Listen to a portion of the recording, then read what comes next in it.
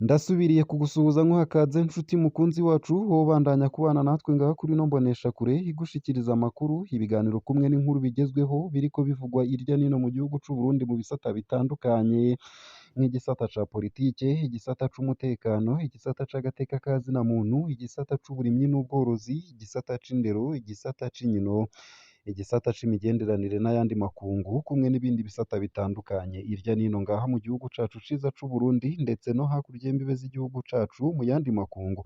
Ndaguhaye ikaze ntanagukengurukira cane ngaha kuri ino mboneshakure. Ndaguhaye mwiriwe cange mwaramutse bivanye n'aho udukurikira uherereye kuri uwu munsi wa gatandatu igenekerezo rya 20/0/2024. Ico utegerezwa gusa ni ukumanuka munsi y'ino video hama ugafyona imbere y'ijambo Isange TV, haraba handitse ijambo sabone cange subscribe, urafyondako hama uba udushikirije intererano yawe yo kuja turakuronsa amakuru, ibiganiro kumwe n'inkuru tubandanya gushikiriza bigushikeko kamwe ku kandi ku gihe, umwanya ku mwanya. Ano makuru ya kano kanya rero harabafatiye ku ngingo nkuru nkuru zikurikira. Ndibuyatangurire mu gisata ca politike aho hariko havugwa ko habandanya kwibonekeza ukuvuguruzanya mu mugambwe seneri. Hari abanyangamugayo 10 b'umugambwe seneri bari mu bagize ibiro bikuru vyawo basohoye kuri uwa 19/0/2024 urwandiko ruvuga ko uwo mugambwe witandukanije n'urwandiko rwasohowe n'urunani ruvuga ko ruhagarariye amasezerano y'Arusha. Urwo rwandiko rwari rwanditswe na Leonce Ngendakumana wo muri Sahwanya Frodebu. Umugambwe seneri nawo nyene ukaba wari wagaragaye ko wiyunze n'iyindi migwi ya politike. Ubushikiranganji bw'intwaro yo hagati mu gihugu bukaba bwari bwafashe urwo runani nk'umurwi w'iterabwoba kubera ko rutazwi n'amategeko, bwongera bugabisha uyo mugambwe kuzokwishura ku nkurikizi z'urwo rwandiko. Abo bagize ibiro vya seneri bo bavuga ko hamwe iyo ngingo yoshirwa mu ngiro umushingamateka Agathon Rwasa ariwe azobibazwa ku gatwe kiwe. Ino nkuru ku buryo buramvuye ni mukanyi ntuje kure. Nayo mu yandi makuru kandi nuko umunyepolitike Jeremy Minani amenyesha ko yahukanye n'uwo bari bubakanye Munezero Furaha. Nk'uko biri mu rwandiko ahejeje gushira ahabona, uwo munyapolitike amenyesha ko imvo itumye avana n'uwo bari bubakanye y'imyaka 10 ari ukurenga ibigo, ivyo bita infidelite mu rurimi rw'igifaransa. Minani akaba avuga ko hari haheze iminsi binurwanurwa bigatuma benshi bavuga ivyo bishakiye, ariko ubu ashimye kubishira ahabona. Vyose ngo vyatanguye igihe ahunga kuva mu mwaka w'2008 gushika mu mwaka w'2013, aho yasanga hakaba kabaye ariko inshuti n'abagenzi barasukamwo amabisi harabireka. Vyinshi kuri no nkuru navyo nyene ni mukanyi mu buryo bw'idonido ntuje kure. Nayo kandi ishiramwe CPG ryerekanye ibihugu vya Afrika bipfunga abamenyesha amakuru kurusha ibindi. Muri Afrika iherereye ruguru ya Sahara, CPG cerekana ko ibitigiri vy'abamenyesha amakuru bapfunzwe vyavuye kuri 30 mu mwaka w'2021 bija kuri 31, aho mu mwaka w'2023 vyaduze cane bija kuri 43 nk'uko biri mu cegeranyo cakozwe ku wa mbere Kigarama 2023 n'umugwi uharanira agateka k'abamenyesha amakuru hariwo CPG wakozwe ku bamenyesha amakuru 320. Icegeranyo ca CPG cerekana ko ibice birenga 30 vy'abo bamenyesha amakuru bagirizwa uguhungabanya umutekano w'igihugu kandi babayeho mu buzima bugoye harimwo ukutavuzwa. Ku bw'ico cegeranyo igihugu ca Eritrea kiza ubwa mbere ku mugabane wa Afrika aho gipfunze 16, ikaza ubugira indwi kw'isi, kigakurikirwa na Egypte kiza mu kibanza c'8 aho gipfunze abagera kuri 13.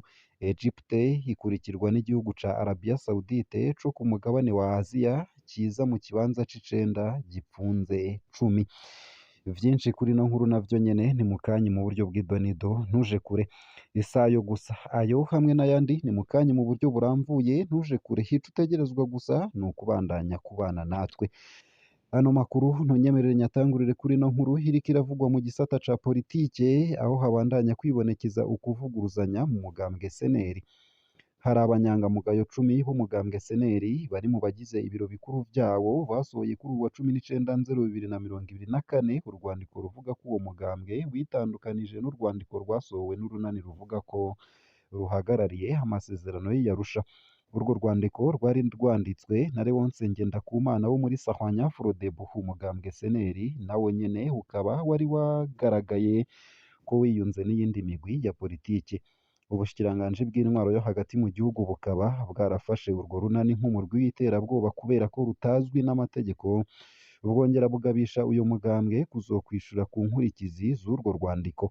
Abo bagize ibiro vya CNL bo bavuga ko hamwe iyo ngingo yoshirwa mu ngiro, umushingamateka Agathon Rwasa ariwe azoyibazwa ku gatwe kiwe. Berekana ko yarenze ku ngingo za 34 ndetse na 62 z'amategeko y'uwo mugambwe zibuza ko umukuru w'umugambwe agirana imigenderanire n'ibihugu, imigambwe, amashirahamwe atabanje kubiganirako n'ibiro bikuru vy'umugambwe.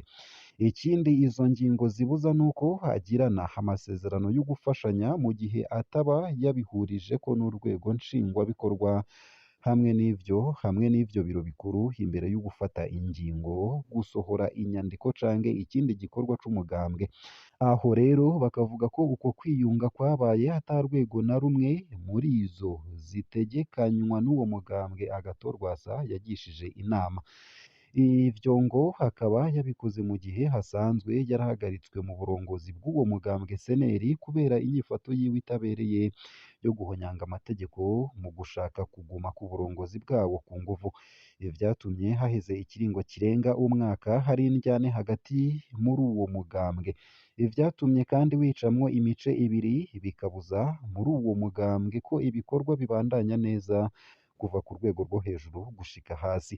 Urwo rwandiko rukaba ruje ruvuguruza amajambo ya bamwe mu banyankamugayo bayoboka Rwasa bashikirije ko uko kwiyunga kwa CNL n'imigwi ya politike iharanira amahoro no kunywanisha abarundi bitari bikwiye kwitwa ko ari ukwiyunga n'imigwi y'iterabwoba.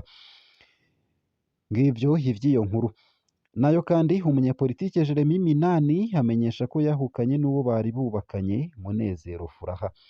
Nk'uko biri mu rwandiko ahejeje gushira ahabona, uwo munyepolitike amenyesha ko imvo itumye avana n'uwo bari bubakanye imyaka 10 ari ukurenga ibigo, ivyo bita infidelite mu rurimi rw'igifaransa. Minani akaba avuga ko haheze iminsi binurwanurwa bigatuma benshi bavuga ivyo bishakiye, ariko ubu akaba ashimye kubishira ahabona. Vyose ngo vyatanguye igihe ahunga kuva mu mwaka w'ibihumbi 2008 gushika mu mwaka w'ibihumbi 2013, aho yasanga kaba kabaye ariko inshuti n'abagenzi barasukamwo mabisi harabireka.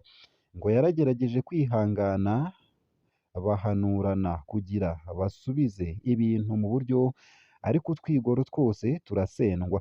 Akarangiza ubutumwa bwiwe amenyesha ko atagitangaje ko umunyepolitike akarangiza ubutumwa bwiwe amenyesha ko atagitangaje ko umunyepolitike aca mu ngorane z'ubuzima nk'abandi banyagihugu.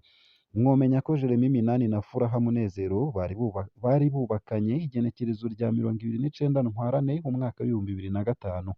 Mwibuke ko Minani Jeremy yigeze guhiganirwa ikibanza c'umukuru w'igihugu mu mwaka w'ibihumbi 2005, aho yaciye ahunga kubera be n'abo bari kumwe baja gushinga urunani Sena Red, narwo nyene ahava ruvamwo kubera ukutumvikana. Ngivyo nyene ivya Minani Jeremiya. Nayo kandi womenya ko ishirahamwe CPG ryerekanye ibihugu vya Afurika bipfunga abamenyesha amakuru kurusha ibindi. Muri Afurika iherereye ruguru ya Sahara, CPG cerekana ko ibitigiri vy'abamenyesha amakuru bapfunzwe vyavuye kuri 30 mu mwaka w'ibihumbi 2021 bija kuri 31, aho mu mwaka w'ibihumbi 2033 vyaduze cane bija kuri 43, nk'uko biri mu cegeranyo cakozwe ku wa mbere Kigarama 2023 n'umugwi uharanira agateka k'abamenyesha amakuru ari wo CPG, wakozwe ku bamenyesha amakuru 320. Icegeranyo ca CPG cerekana ko ibice birenga 30 vy'abo bamenyesha amakuru bagirizwa uguhungabanya umutekano w'igihugu kandi babayeho mu buzima bugoye harimwo ukutavuzwa. Ku bw'ico cegeranyo igihugu ca Eritrea kiza ubwa mbere ku mugabane wa Afurika aho gipfunze 16, ikaza ubugira indwi kw'isi, kigakurikirwa na Egypte kiza mu kibanza c'8 aho gipfunze abagera kuri 13. Egypte ikurikirwa n'igihugu ca Arabia Saudite co ku mugabane wa Aziya kiza mu kibanza c'9 gipfunze 10. Mu bihugu vyo mu karere igihugu ca Eritrea gikurikirwa na Ethiopia ipfunze umunani, iza mu kibanza ca kabiri. Cameroon ipfunze batandatu ikaza mu kibanza ca gatatu, nayo Uburundi, RDC, Zambia, Angola, Nigeria umwe hakaba ariwe hapfunzwe nk'uko biri mu cegeranyo c'uwo mugwi. Madagascar kije kuri urwo rutonde ubwa mbere naco nyene kikaba gipfunze umumenyeshamakuru umwe. Senegal yari imaze kuza inshuro zibiri gusa mu myaka y'ibihumbi bibiri n'umunani hamwe n'umwaka w'ibihumbi bibiri na mirongo ibiri na kabiri, ubu ikaba ipfunze batanu. Muri Egypte, Arabia Saudite na Maroc abamenyeshamakuru bagirizwa gutanga inkuru zitarizo, iterabwoba ndetse no guhungabanya umutekano w'igihugu. Egypte cagirizwa n'uwo mugwi kurenga kw'ibwirizwa rigenga ibihano, aho usanga hari nk'umumenyeshamakuru agumizwa mu munyororo bidakurikije amategeko mu ntumbero y'uko baronka ibindi vyagiriji vyo kumugumizayo kandi biba bidafashe. Mwomenya ko kuva muri Mukakaro 2023 intambara ihuza igihugu ca Israel na Gaza isubiye kubuka, ibitigiri vy'abamenyeshamakuru bapfungiwe muri Israel bibandanya biduga. Benshi muri bo hakaba ari Abanyapalestine hamwe n'abandi banyamahanga bagiye barafatwa bariko barakora inkuru zerekeye iyo ntambara. Imbere yo gusozera ano makuru ariko wonamenya ko inyuma y'aho Papa yivugururije ku guhezagira abarongoranye bahuje ibitsina muri Afurika, abakristu biruhukije. Inyuma y'aho hasohokeye urwandiko rwitwa Non à la bénédiction des couples homosexuels ruteweko umukono na Papa Francisco, ituze ryatanguye kwibonekeza mu masengero yo mu bihugu vya Afurika nk'i Congo, Gabon, Madagascar ndetse n'ahandi. Urwo rwandiko rwasohotse inyuma y'aho Karidinali Ambogo, umuhanuzi umwe mu bandi 9 yahora atwara SCEAM,